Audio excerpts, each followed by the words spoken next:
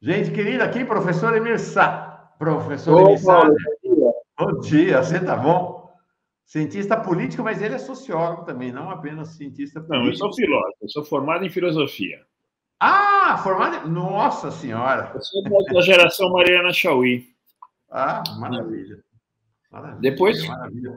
Uma fui para outros caminhos. referência para Filosofia é uma bom para se referência. formar, não é uma profissão. Então, depois você segue por outros lados. Mas a formação original, filosofia na USP, na Maria Antônia. Ah, que Maria legal. Antônia. Que ano você se formou, Emir? Mas tem 63, 64. É o golpe, em cima do golpe. Uhum. Interessante, sabe? Eu estou te perguntando isso, sabe, Emir? Porque eu sempre me admiro de gente que se mantém fiel ao povo, sabe?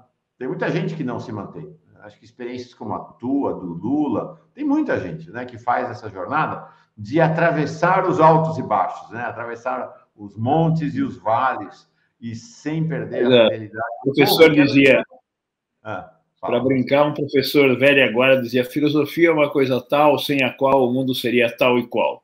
Quer dizer, não muda nada. Ela ajuda a entender o sentido das coisas, que é condição de você mudar, né? É isso É aí. isso.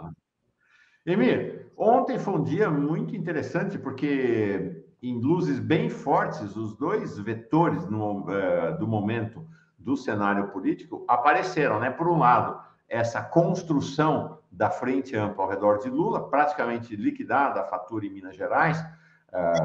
O Reginaldo Lopes, o deputado federal, o Reginaldo Lopes, líder da bancada do PT, deve desistir da candidatura dele ao Senado, né? E o PT vai apoiar o Alexandre Silveira, que é o atual senador e candidato do PSD ao Senado, PSD de dado, e praticamente selada também a aliança ao redor da candidatura do Calil. Pode ser até que Reginaldo Lopes seja o candidato a vice do prefeito de Belo Horizonte. Então, de um lado, essa notícia importante da articulação, e de outro, o desespero do Bolsonaro completamente descontrolado ontem. Qual o seu olhar para esse exato instante da conjuntura? Eu acho que depois, desde o ato do Lula do dia 7, foi se configurando uma situação política muito favorável ao Lula, né? Que não era. Anteriormente, o consenso era que vai haver golpe. Eu acho que já está se configurando já uma avalanche de adesões, conforme as pessoas vão vendo que terceira via não tem. Então, na verdade, é isso aí, né? É isso aí, é Lula-Bolsonaro. Então, vocês viram várias adesões, né? A adesão do Aloysio é muito importante, porque é um quadro histórico, trajetória esquerda. O Aloysio era PC, era ALE, era Marighella. Presidente da faculdade, ciência da faculdade de Direito, da USP, Ciências Sociais também. Depois foi tucano histórico e disse não apenas vou votar no Lula, vou fazer campanha pelo Lula. Quer dizer, é uma adesão muito mais ativa do que simplesmente diante da escolha eu prefiro isso. Não. Diante do risco do Bolsonaro se reeleger, eu falei, não. E tem várias adesões, que eu não vou recolher agora aqui, de gente que não estava muito claro e que agora se define. Eu acho que vai haver uma avalanche muito clara a favor do Lula. O perfil dele é muito claro, né? Aquelas tropeços e não sei o que lá, reais ou não, não afetaram as pesquisas. E o Bolsonaro, por outro lado, como você diz, espelha um certo desespero, né? Essas declarações últimas dele já, se é possível passar dos limites com ele, se é que tem limites, né?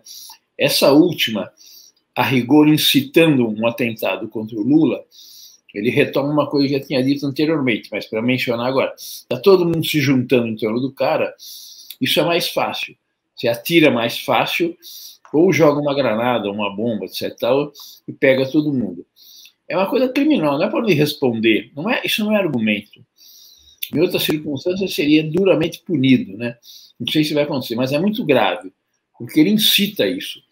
Olha nos Estados Unidos, quando um cara fez o atentado, foi uma referência para outros fazerem atentado. A ideia de que, por que não? Começa a surgir na cabeça de pessoas malucas, né? Então, eu acho que é uma atitude muito desesperada. Que, ao mesmo tempo, ele também revela, segundo outros dados, crise pessoal, né? Chora e não sei o quê, tá. Mas eu acho que ele está mais isolado do que nunca, né? ele perdeu o apoio, aparentemente, da Jovem Pan, quer dizer, os meios de comunicação ficam em situação muito difícil se querem aparecer defendendo a democracia.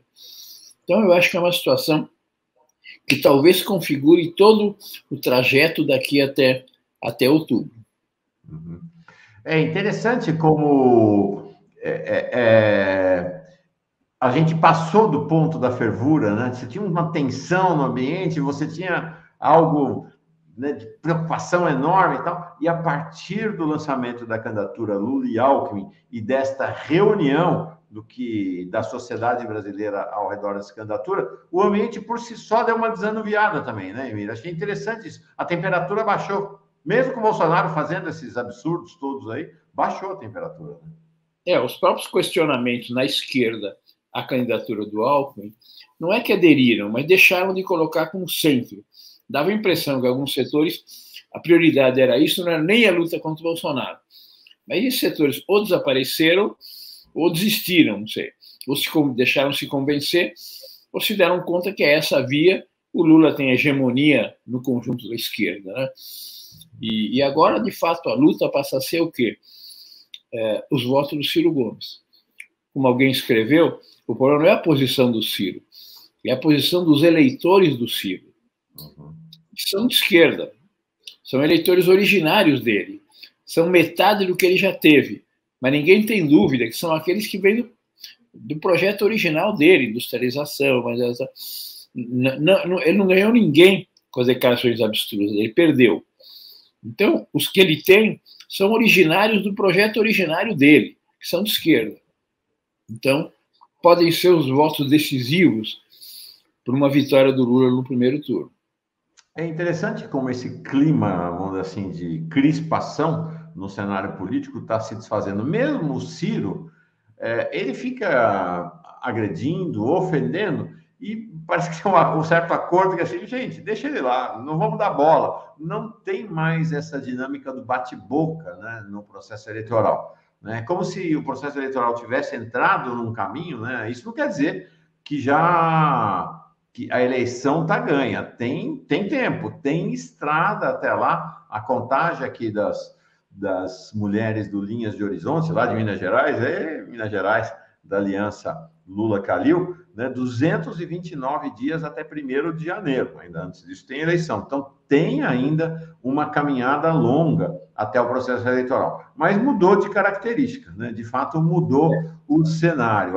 A Júnia, só, Emir, antes de devolver, a Júnia Laje de Coguerra, que é quem nos manda as camisetas, fala, tem inúmeras blusas do Chico Rei. São de pessoas privadas de liberdade, pessoas que vivem nas senzalas modernas do país, nas senzalas pós-modernas, e que tentam subsistir trabalhando, importantíssimo apoiá-las.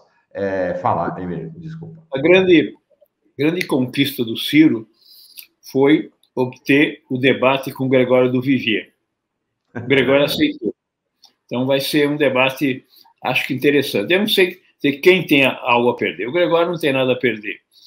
Não sei se o Ciro tem algo a ganhar. Certamente o Ciro vai tentar induzir o Gregório a falar mal do Lula. Vai ser esse, acho que, a força geral da história, né? E o Gregório tem que recolocar, como ele colocou na intervenção dele, ele terminava propondo um voto útil ao Lula. E vai ter que centrar o debate na luta contra o Bolsonaro. A questão fundamental é qual é a melhor via para derrubar o Bolsonaro. Essa que é a questão colocada hoje no Brasil.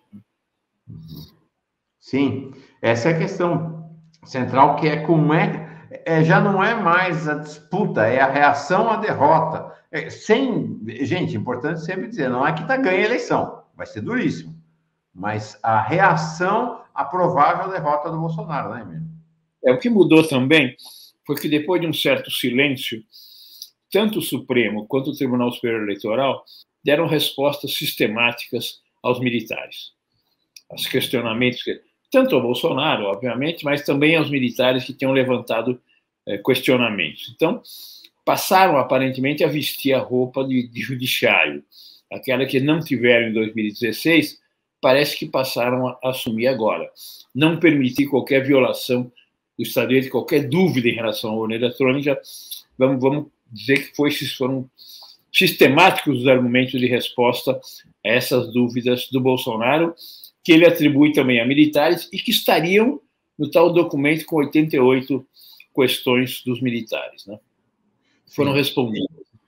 Emir, amanhã, dia 18, é a data definida pela assim chamada, autodenominada terceira via, ou seja, a gente no futebol, quando eu era menino, falava é nós contra a Rapa, é a Rapa menos o Ciro, né? Então, PSDB, MDB, Novo, enfim, terceira, acho que eles chamam, no passado o Moro estava nessa. Amanhã é a data para a terceira via definir o seu rumo na eleição. Nessa altura do campeonato, aparentemente, a terceira via está resumida a PSDB e MDB, ambos o PSDB em colapso, praticamente. Estão falando agora de uma chapa Tebet com Tasso de vice.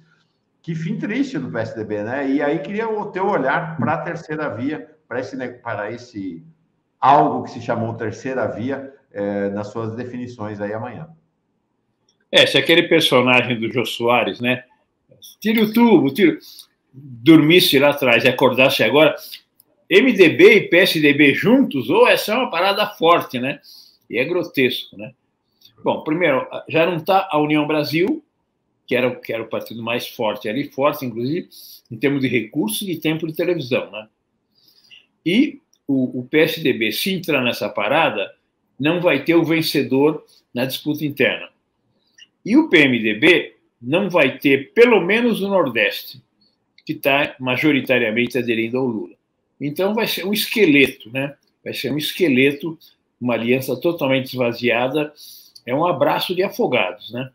Não tem mais o que fazer, então vamos nos juntar para tentar sobreviver. Essa chapa aí, a Tebet, tem 1% de votos, né?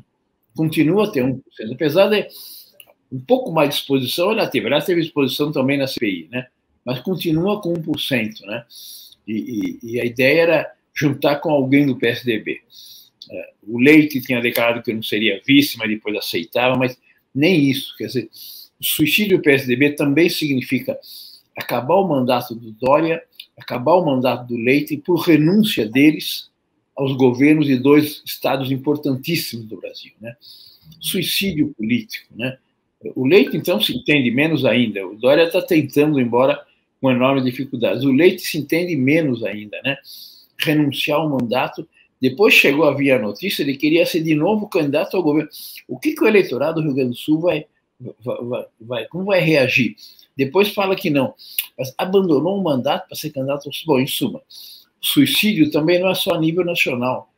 Os governos do Estado sempre foram uma instância importante no Brasil e do PSDB, né? Que agora ele entrega e provavelmente se enterra definitivamente em São Paulo e também no Rio Grande do Sul.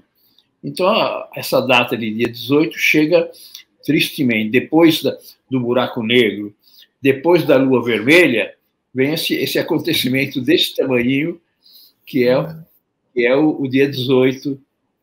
Eles jogaram lá para frente, foi definido em março. Um dia, até lá a gente resolve, né? Só que um dia chega, né?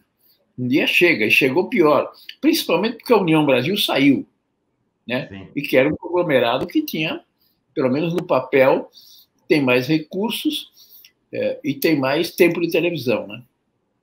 Impressionante o que está acontecendo. A gente lembra aquela candidatura triste do Ulisses Guimarães, em 89, que não ficou ninguém, tinha um artista de televisão legal, etc. Uma tristeza, né? Chegou, acho que ele era o grande líder, que se tivesse eleições diretas, ele teria sido eleito presidente do Brasil. Poucos anos depois, ele chega lá embaixo, quer dizer, já era essa ideia de que o PMDB é o maior partido brasileiro, o MDB, ficou para trás há muito tempo. Maior capilaridade nacional. Um cara na televisão outro dia falava, não tem mais partido no Brasil, né? Claro que o único partido nacional é o PT. Eles têm que dizer isso, né? Os outros, o DEM, o MDB, o PSDB, eram as outras 3 grandes estruturas partidárias nacionais, né? Desapareceram. Hoje, esses partidos todos viraram federações de caciques locais que se compõem mais ou menos, mas sem qualquer articulação programática de projeto, nada.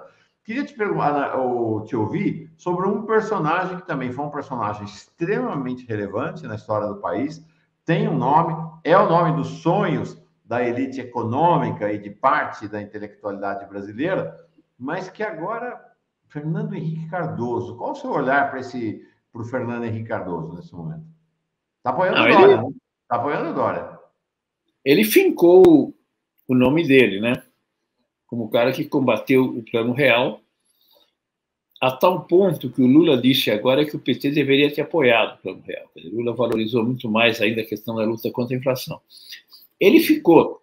Agora, não se jogou muito para ter sucessor, né? Para ser o único cara, né? O único PSDBista que foi presidente do Brasil.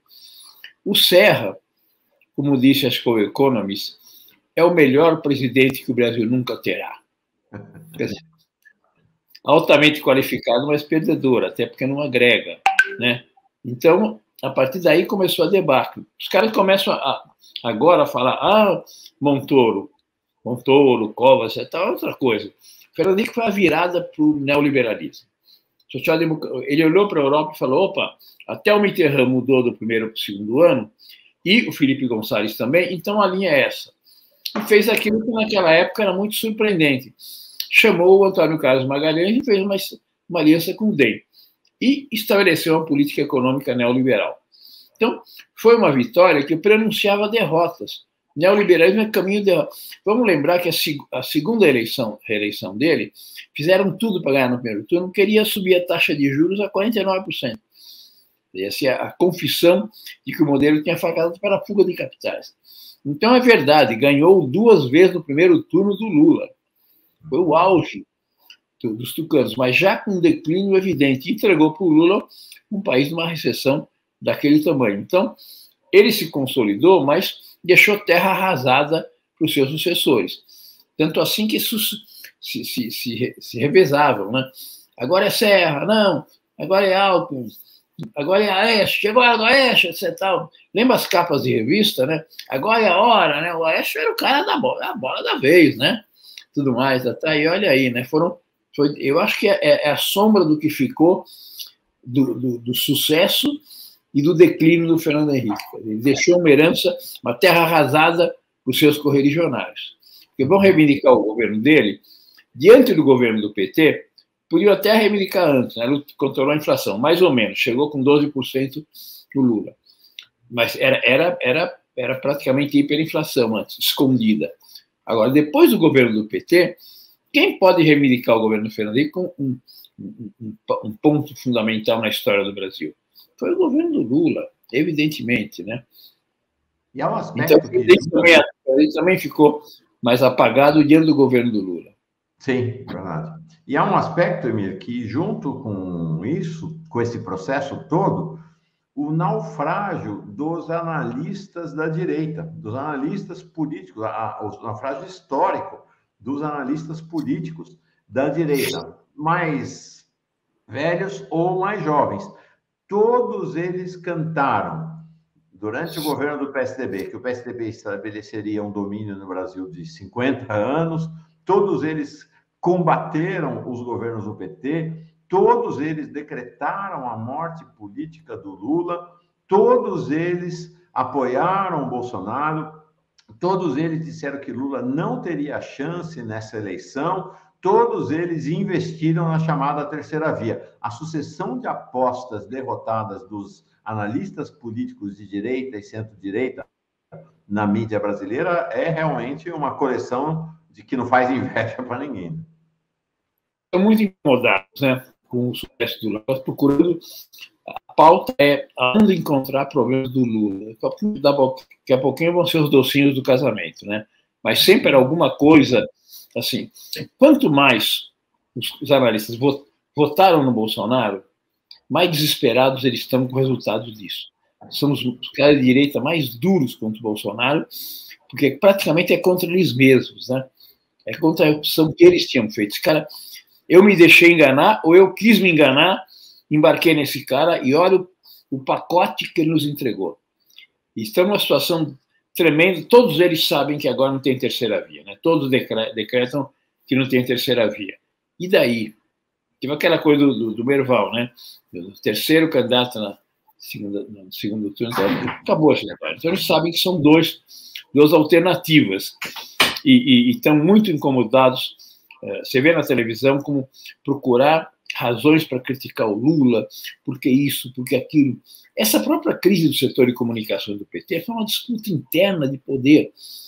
Não creio que tivesse em crise a comunicação. Eu não sou um especialista para dizer que melhorou ou piorou. Não foi isso. Claro que a musiquinha, sempre que ela reaparece, tem um poder de convocação daquele tamanho. Mas se não tivesse o ato do Lula, ela também não teria força. Então, mudou o encarregado. E essa coisa desproporcional, né? O PT de São Paulo é um problema, não é uma solução. A tragédia da eleição municipal última, em que houve uma disputa interna, o Tato ganhou por poucos votos do Padilha. Padilha, projetado nacionalmente, médico sanitarista, teria muita coisa a dizer. Foi um dos tatos para a eleição e teve o pior desempenho da história do PT em São Paulo, que é onde o PT foi fundado. Então, o PT de São Paulo é um problema. Mas continua aí, agora muda o encarregado, vem o Edinho, o Rui Falcão, não sei mais quem, né? E está o marqueteiro lá, que agora também é acusado naqueles esquemas lá da Bahia de desvio de recursos. Quer dizer, adiantou mudar a comunicação? Foi uma solução ou foi um problema? Não estou dizendo que era ótimo, mas, digamos, o Franklin é um cara que tem experiência, tem cacife, tem a confiança do Lula, né? E não creio que tenha mudado o estilo de publicidade, né? Na verdade, é assim, coloca o Lula, vai bem. Coloca outros, mais ou menos. Né? Você tem aquele jogador, adianta o técnico, você tem o Lula sentado no banco, e qualquer técnico bota para jogar, pode entrar com a camisa 32, não com a 10. Mas joga e ganha o jogo, né? Então, com esse craque... É como dizia antigamente, né? Dá a camisa para o Pelé e bota mais 10. Dá a camisa para o Maradona e bota mais 10. Dá a camisa para o Lula e bota qualquer 10. Lula, estou aqui. Pode me chamar para a comunicação da sua campanha que vai dar certo. Qualquer um. Chama qualquer um para a comunicação, tendo o Lula, bota o Lula o tempo todo e tchau. Né? Não é um problema. Claramente, o PT precisa ter consciência que precisa deixar, pelo menos agora, as disputas internas. Corrente, tendência, liderança, que lá, parar com essa história. Está vivendo um momento mais grave da história do PT. Grave porque se ganha uma coisa, se perde a outra. E como já se disse muito bem, se perder, vai perder para si mesmo. Fazer um gol contra. Coisas dessa ordem que pode eventualmente gerar uma situação desfavorável. Então o PT precisa estar à altura dos desafios, das circunstâncias, assumir responsabilidades. Já deixou, aparentemente, a disputa sobre o negócio do Alckmin de lado. Já é uma atitude de responsabilidade. Mas deixar essas picuinhas de disputas internas, inclusive nos estados, né? Tem que favorecer os palanques do Lula, que é a coisa mais importante. Como está acontecendo, por exemplo, aparentemente, também em Minas Gerais. Mas perceba o seguinte, Mauro. São Paulo e Rio, a direita tem tudo para ganhar o Senado. Em São Paulo, ficar esperando para dar o Senado para o Márcio França, e não tem candidato da esquerda no Senado até agora. No Rio, a divisão entre os dois candidatos da esquerda, o Molon e o Siciliano, com o Siciliano com problemas sérios, com essa denúncia que o coloca como tendo o mesmo advogado do governador do Estado, do Flávio Bolsonaro. Bom, em suma, divide a esquerda do Senado, o Romário é favorito no Rio, o Datena é favorito em São Paulo. Irresponsabilidade política. Nós estamos falando tanto que é preciso ter maioria no Congresso e entregando 2 representações do Senado por 8 anos para 2 caras desqualificados, inclusive, né? Datena e Romário. Né? Sob o risco de colocar o carro adiante dos bois, mas não posso me furtar a colocar uma questão para ti, Emir, em relação ao The After, né? Contando com a possibilidade desse momento muito grande de vitória do Lula. Como é que você imagina um governo e um congresso? O Haddad, segunda-feira passada, disse aqui, da semana passada, disse aqui, essa chapa Lula-Alckmin e este ao redor lembra a nova república, a resistência contra a ditadura, né? É a amplitude, a chamada frente ampla, efetivamente a frente ampla. como é que você imagina um governo de frente ampla, que você vai ter embarcado, então, a centro-direita, a direita, uma composição de base no Congresso em que haverá um peso grande de uma parcela dos conservadores, do ponto de vista da dinâmica concreta da execução do governo Lula? Eu não acho muito feliz essa comparação com o Tancredo, porque agora tem o Lula. O Tancredo era um jogador de meio de campo, tocava a bola para lá, tocava a bola para outro, marcava, não sei o que, mas o Lula, como a gente já falou, Pelé. Então não dá para comparar, porque não vai ser uma aliança com qualquer outra. O Lula vai ter uma hegemonia enorme. Inclusive, ganhando no primeiro turno, ou não, ele vai ser decisivo nas eleições de governo do Estado. Veja em Minas, quando colocam Lula apoiando o Calil dispara na frente. Quer dizer, inclusive, vai ter as configurações dos estados no Paraná. A questão fundamental é o Requião chegar ao segundo turno. Se chegar, pode até ganhar. E outros estados também. Então, a presença do Lula vai ser determinante, né? Determinante. Agora, o mais pesado é a herança. Quer dizer, não basta ter o programa tradicional do PT, política social, tá? Que o Alberto Fernandes fez. Tem que ter um programa emergencial, que talvez tenha que ter 2 anos, pelo menos, para atender as pessoas abandonadas, as pessoas que estão jogadas no meio da rua, que ninguém atende, né? São Paulo conseguiu abrir 2.000 vagas para recolher pessoas, mas tem 35 mil pessoas morando no meio da rua. E isso é só a ponta do iceberg da miséria que está embaixo disso, né? De outros que estão no limite de não poder pagar o aluguel e ir para a rua, não poder pagar a farmácia e ficar doente, não poder comer e ficar doente. Então, eu acho que a questão grave vai ser, claro, como o governo é uma tragédia, tudo que o Lula fizer vai ser para melhor. Mas até um certo momento se compara com o Bolsonaro, mas o cotidiano faz comparar com a fome, faz comparar com o desemprego. O que fazer com a grande maioria, mais de 100 milhões de brasileiros estão vivendo de bico, né? Como formalizar isso? Como colocar esses caras com a carteira de trabalho? Então, eu acho que vai ser, talvez, todo o primeiro mandato, não sei se vai ter um segundo ou não, vai ser para atender as tragédias promovidas pela direita desde do golpe contra a Dilma, que estão aí nos dados. Essa palavra que ele usou de reconstrução nacional não é mera retórica. Nós vamos ter na prática um governo de emergência nacional e de reconstrução, de fato, é isso?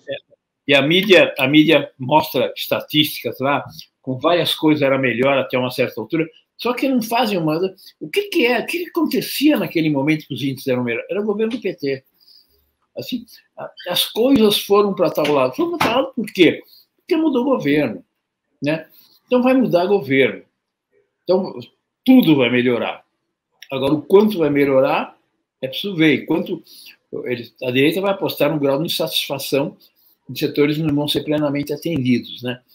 Mas eu acho que quem tem crédito durante um grande tempo é o Lula. Agora, é preciso ter um Ministério da Economia que seja de emergência nacional, emergência, dar de comer, atender as pessoas. Se as prefeituras não atendem, o governo federal tem que encontrar uma maneira de atender as pessoas que estão no meio da rua, né? Porque agora volta as matérias na televisão, porque o frio chegou a 3 graus, etc. Tal, né? Embora estava assim, 3, 4 meses atrás, tinha sol, tinha calor, e estavam morando no meio da rua. Agora, a diferença, especialmente em São Paulo, é que já estão instalados, com barraquinhas e com tudo. Às vezes são quase que conglomerados, quase que bairros, né? Porque já começam sabem que vão ficar para muito tempo, não tem volta atrás. Então, já começam a se naturalizar. Então, eu acho que a questão dos planos de emergência vai ter investimento externo, com certeza, vai ter confiança no Lula, vai ter plano de emergência. Precisa ver. Agora, a decisão não é a disputa com o que veio, o que tinha atrás, né? Vai ser com os desafios da realidade, que é a realidade mais dramática que o Brasil já viveu em toda a sua história. Agora você traz uma questão interessante, Emílio, que é essa ideia de que o governo Lula terá uma hegemonia do Lula com base na votação consagradora que ele terá e na capacidade de articulação. Vou dizer para vocês, gente, o Lula não é apenas um grande orador, e de fato talvez ele seja o melhor orador da história da política brasileira. Não é apenas um grande líder sindical. Não é apenas um grande articulador. Eu que convivi com o Lula é um grande gestor. Emir, eu convivi anos, quando tinha minha agência de comunicação, com alguns dos maiores empresários do país, durante 20 anos, no tempo que eu estive afastado do jornalismo. E depois convivi com o Lula. Eu nunca vi um gestor da competência do Lula. O Lula tem prazer em gerir o governo, né? Que evidentemente o Bolsonaro não tem, o Fernando Henrique não tinha. Ele tem esse prazer. A gestão é dar a tarefa para alguém e ficar acompanhando o cumprimento da tarefa. Isso é o gestor, né? A partir de um grande plano, que é o estrategista. Lula adora isso. Ele dizia para mim assim, Mauro, o pessoal entrava no gabinete, eu colocava a Clara Ante, o braço direito fundamental do Lula no seu governo. Do meu lado, ela ficava quietinha, ouvindo e ia anotando o que ficava acertado. Aí o pessoal saía, ela colocava na minha agenda as tarefas e qual a data em que o ministro precisava entregar as tarefas. O meu trabalho era cobrar os ministros e ir cobrando, e colocando o governo adiante. Lula é um grande gestor. Isso as pessoas talvez não tenham se dado conta até hoje, né, Emílio? Tem razão. Os dois enigmas para saber o que vai acontecer no Day Afters é capital financeiro e militares, que se jogaram no colo do Bolsonaro. Os militares corre até a história de que eles vão eventualmente renunciar, porque sabem que estão ganhando salários que não poderiam ganhar. O capital financeiro sobreviveu no governo do Lula, mesmo com os créditos dirigidos para outros setores. Agora, não vai... Porque nós estamos... Eu escrevi um artigo. Nós estamos no antineoliberalismo, resistindo ao neoliberalismo. Agora é preciso superar, precisa ter outro modelo. Para isso é preciso quebrar a espinha dorsal do capital especulativo. Enquanto a Bolsa de Valores foi uma maior atração de investimento, ao invés de investimento produtivo, não tem retomado o crescimento econômico. Não tem.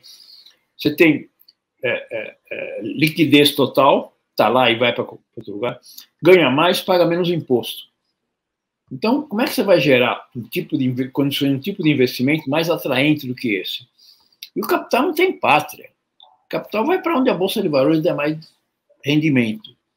Então, é preciso saber como quebrar essa hegemonia do capital especulativo. Os bancos privados.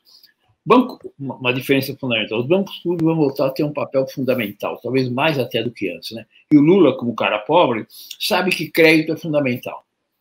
Tem que abrir crédito para todo mundo. Então, a Caixa Econômica, o Banco do Brasil vão ser mais importantes ainda do que antes, né? Agora, o que vai fazer os bancos privados, né? O que vai fazer os bancos privados nessa altura, né? Bom, já tem dinheiro que botam fora. O que o Bradesco, Itaú, tem a fazer nos paraísos fiscais? Fugir de pagar imposto. Fugir de pagar. Tem que combater a sonegação de maneira drástica, brutal, né?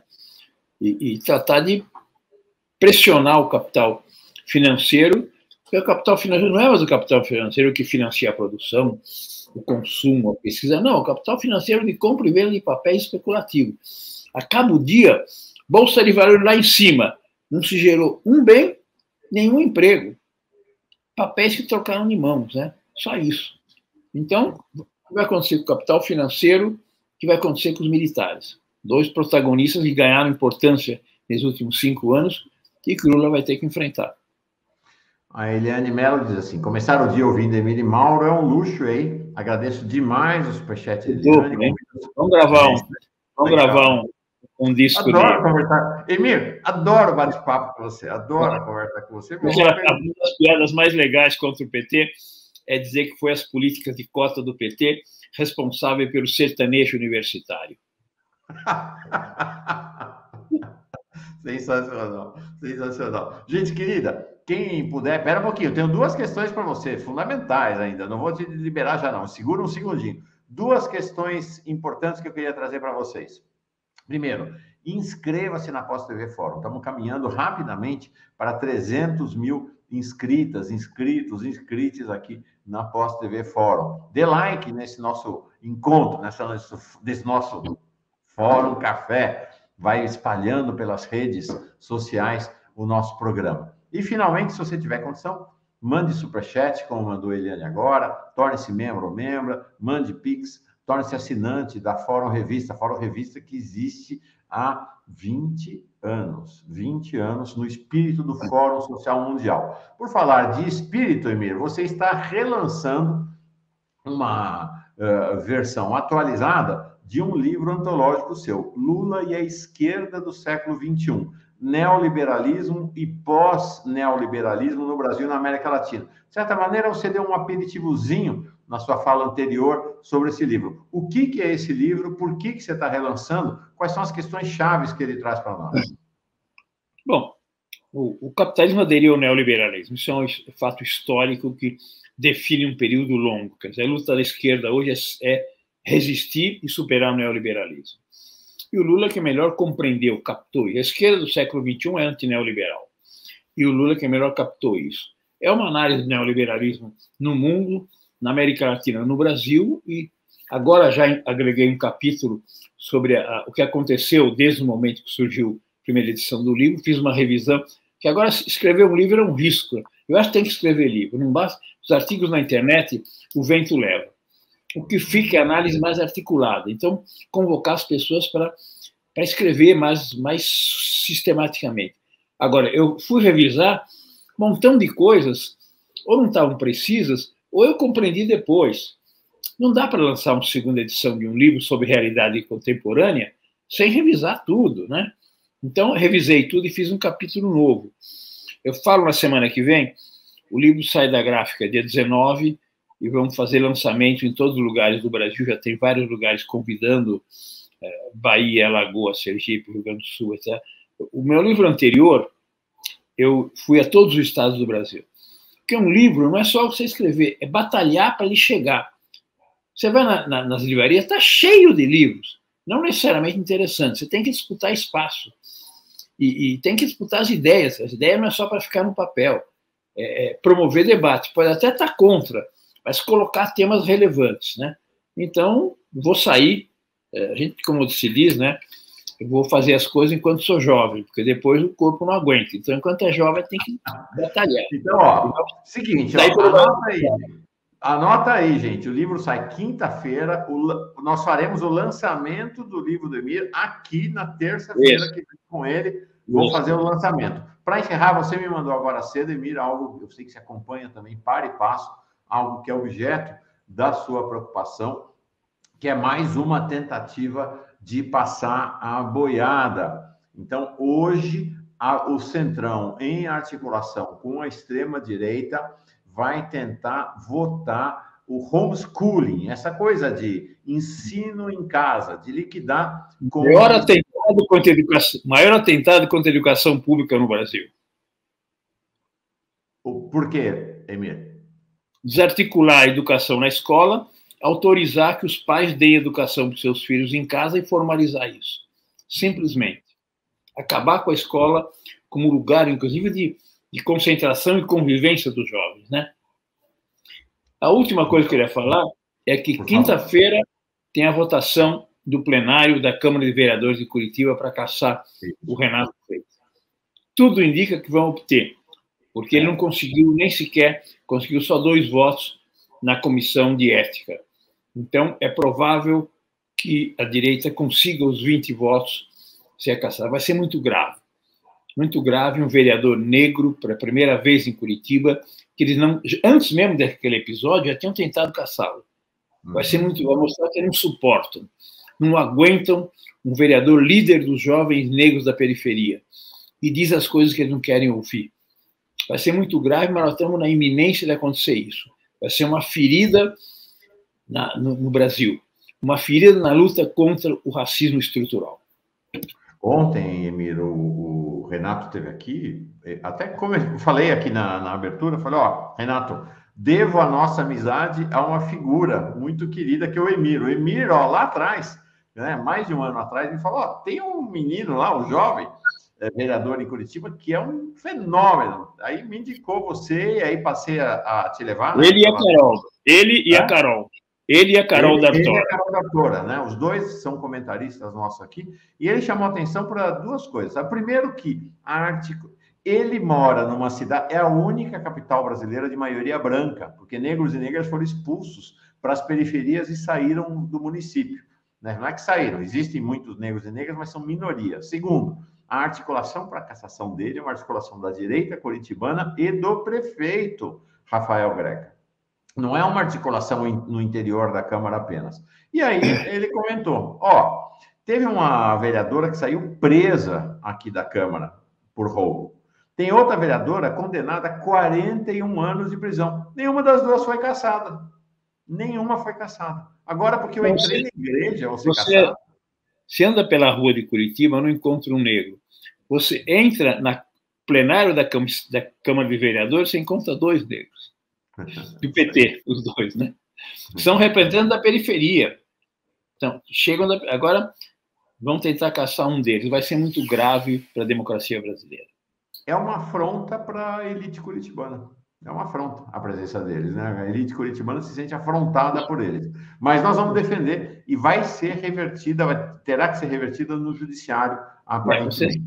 Com mais razão, deveriam dar semanalmente o espaço para ele continuar a exercer o discurso dele, porque ele vai desaparecer do ponto de vista da esfera institucional pública, né? Deixar de ter deixar de ser vereador, deixar de ter o seu mandato, deixar de ter os assessores, deixar de ter os seus discursos, etc. Então, a mídia alternativa tem um papel também de dar lugar para ele falar, inclusive das questões de Curitiba, né? Por que não? Claro, de sustentar. Renato Freitas fica, como dizem aí. É isso aí, Renato Freitas fica e, Requião, vou trazer o Requião aqui para conversar com ele. Requião, Renato Freitas no seu governo, se ele for cassado, viu? Vamos preparar. Ele fica cassado dos direitos políticos por 10 anos automaticamente. Eu não sei se ele pode exercer algum cargo. Perfeito. Legal. Obrigado, Emir. Então, a gente volta semana que vem fazendo aqui o lançamento do livro do Emir. Um abração. Isso mesmo. Um abração.